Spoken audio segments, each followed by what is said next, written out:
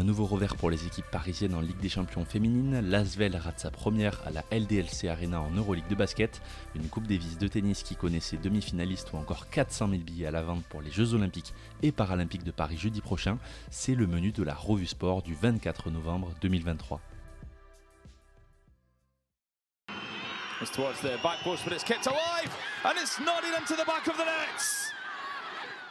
Nouvelle déception pour les équipes parisiennes en Ligue des Champions féminines. Après le succès en 2 matchs des Lyonnaises hier, le Paris Saint-Germain et le Paris FC ont quant à elles connu leur deuxième défaite consécutive de la saison. Engagé plus tôt dans la soirée que les occupantes du stade Charletti, le PSG a chuté à domicile face au Bayern Munich sur la plus petite des marges, 1-0.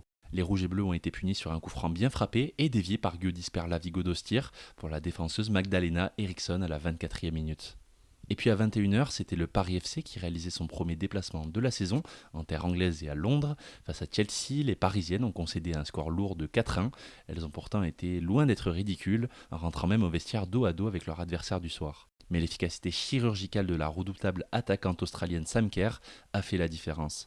L'une des meilleures joueuses du dernier mondial a claqué un triplé pour son équipe londonienne. Prochain rendez-vous européen le 14 décembre pour le PFC, qui fera la prestigieuse réception du Real Madrid au stade Charletti.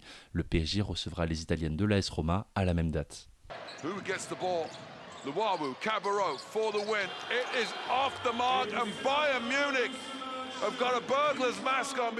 Cela aurait pu être la soirée parfaite pour l'Asvel en Euroleague. Lyon-Villeurbanne inaugurait hier sa toute nouvelle salle, la LDLC Arena, où elle recevait hier le Bayern Munich.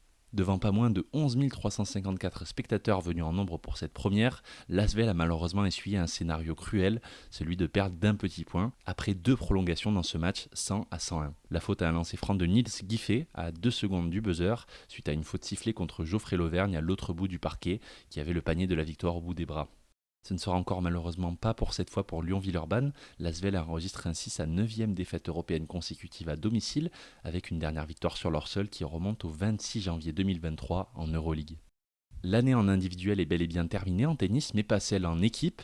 La Coupe Davis connaît depuis hier ses 4 demi-finalistes de l'édition 2023. Et ils s'étaient quittés en finale des Masters de Turin la semaine dernière. Novak Djokovic et Yannick Sinner vont se retrouver une ultime fois cette année. La Serbie et l'Italie ont en effet validé leur billet pour la seconde demi-finale du Saladier d'argent. Et encore une fois, Novak Djokovic a été au rendez-vous lors de son simple contre la Grande-Bretagne et Cameron Norrie en quart de finale. Nol a offert le second point à son pays en disposant de Norrie en 2-7, 6-4, 6-4. Et l'objectif est maintenant clair pour lui et ses compatriotes, aller chercher un deuxième sacre en Coupe Davis, après un premier titre obtenu à Belgrade en 2010.